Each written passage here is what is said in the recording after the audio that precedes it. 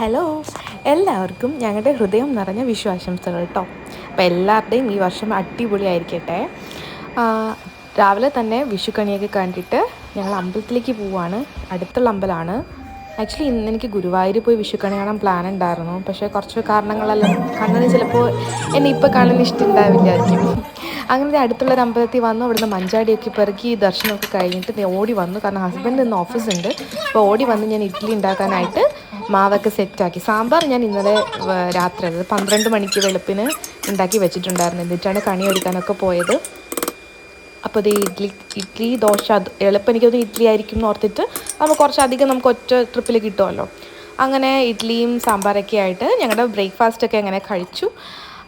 ഇനിയിപ്പോൾ ഉച്ചയ്ക്ക് സാമ്പാറുണ്ട്. ഞാനും മോളും മാത്രമേ ഉള്ളൂ ഉച്ചയ്ക്ക്. അപ്പം എന്തെങ്കിലുമൊക്കെ വെച്ച് അഡ്ജസ്റ്റ് ചെയ്യാം. അച്ചാറൊക്കെ ഇരിപ്പുണ്ട്.